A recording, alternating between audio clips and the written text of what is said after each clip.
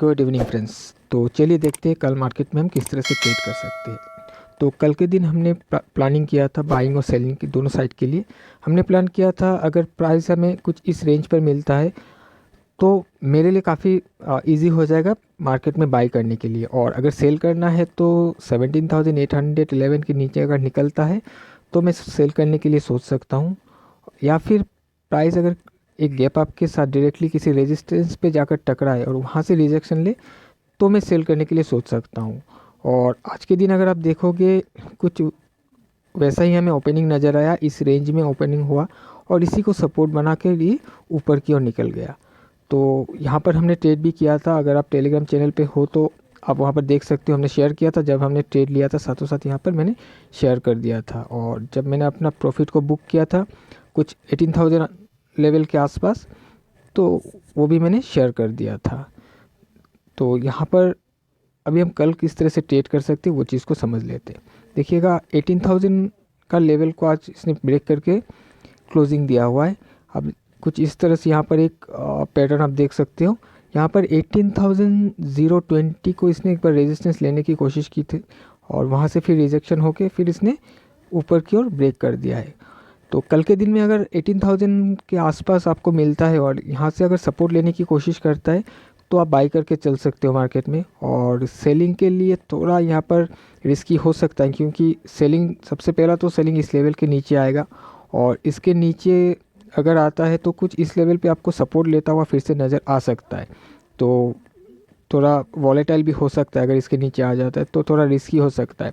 और इस वजह से अगर सेलिंग करना भी है तो स्कैल्पिंग जैसा कीजिएगा कि क्विक प्रॉफिट आपको मिल जाए यहाँ पर।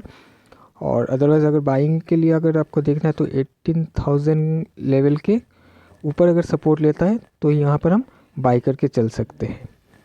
और अभी हम एक बार बैंक निफ्टी को देख लेते हैं। सो ये बैंक निफ्टी का चार्ट है। तो बैंक निफ्टी में मैंने आपको बताया था, यहाँ से लेकर यहाँ तक का एक रेंज बताया था कि ये लेवल इसके लिए सपोर्ट हो सकता है। और आप देख सकते हो आज प्राइस ओपन होने के बाद सबसे पहले तो यहाँ पर सपोर्ट लिया, फिर नीचे आकर इसी जोन पर आप देख सकते हो आकर इसने सपोर्ट लेकर ऊपर जाकर क्लोजिंग दे दिया।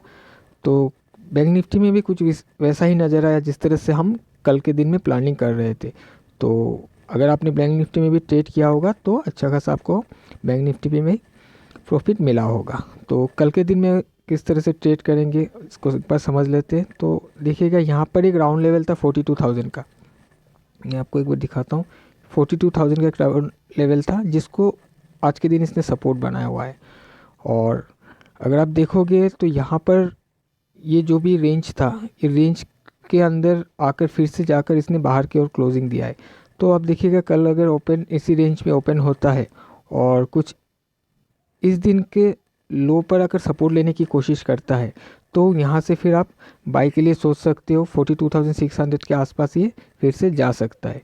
और जैसे कि मैंने आपको पहले भी बताया कि अगर सेल करना है तो आपको 41,840 के नीचे ही इसको सेल करना है। फ़िलहाल तो ऐसा नहीं लग रहा है कि ये सेलिंग पे आएगा, बट सेल अगर करना है तो 41,840 के नीचे सेल बन सकता है इसका। तो कल के दिन में भी जो मेरा जो व्यू है, पहला तो बाई साइड का ही है कि मैं कंफर्टेबल रहूँगा बाई साइड में ट्रेड करने के लिए कल के दिन में भी।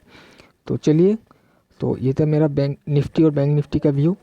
तो आप अपने हिसाब से भी एनालाइज कर लीजिएगा। तो आज के लिए इतना ही, मिलते एक नए वीडियो में, तब तक के लिए bye bye and have a nice day.